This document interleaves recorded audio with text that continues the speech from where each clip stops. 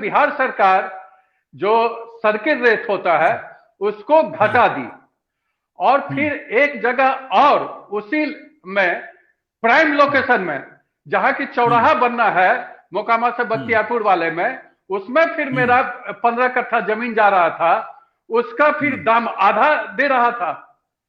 तो ये बिहार सरकार के द्वारा जो बाद में सर्किट रेट कम किया गया, हमको लगता है कि शायद वहां पर भी इस तरह की बात हो रही होगी कि एनटीपीसी में जो जमीन गया होगा, पहले गया होगा, तो किसानों को ज्यादा पैसा मिला होगा, और बाद में फिर जिन लोगों का जमीन अधिग्रहित किया जा रहा होगा तो उसको कम पैसा मिल रहा होगा, क्योंकि बिहार सरकार ने सर्किट रेट घटा दिया था।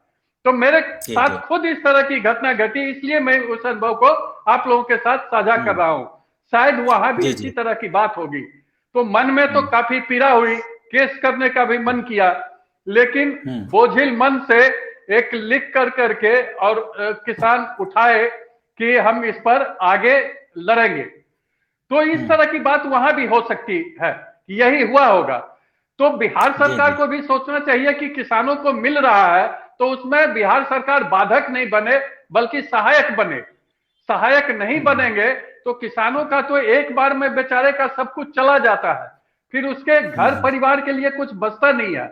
और सरकार के तरफ से तो कुछ इस तरह की योजना रहती नहीं है कि उसके परिवार को अच्छी शिक्षा दिलवा दे, अच्छा स्वास्थ्य दिलवा दे, अच्छा अभी जो स्वास्थ्य का निकला है वो अभी महिलाओं का सशक्तिकरण की बात करते हैं और कहते हैं कि हमने महिलाओं के लिए काफी किया है, नीतीश जी कहते हैं।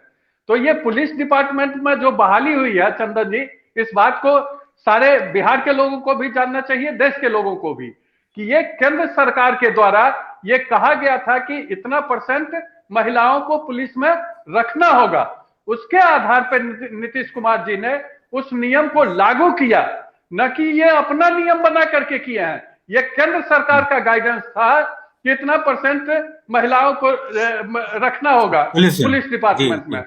तो गाइडेंस केंद्र सरकार का, क्रेडिट ये ले रहा है।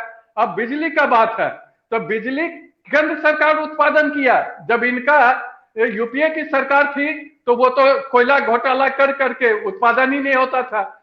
हमारी सरकार आई तो उत्पादन बढ़ाया, और 18,036 गांव पूरे देश में मरहूम थे बिजली से, और 1000 दिन के अंदर प्रधानमंत्री जी ने 18,336 गांव को देने का काम किया।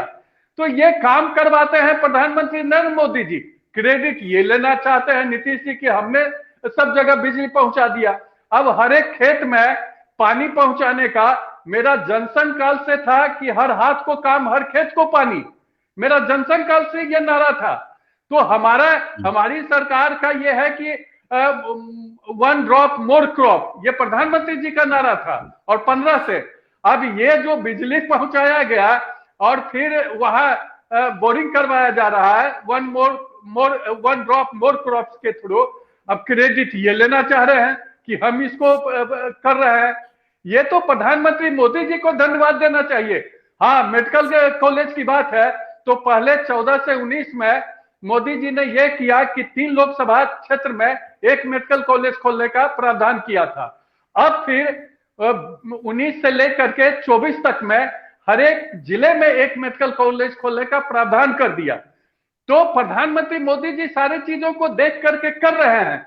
क्योंकि पहले बिल्डिंग तो बनते थे, बिल्डिंग से लोगों को कमीशन आता है, बिल्डिंग बन जाता था, मैन पावर रहता नहीं था। प्रधानमंत्री जी ने इन बातों को देखा और वो ये करवाए तो फिर अब हर एक जिले में मेडिकल कॉलेज खुलेंगे।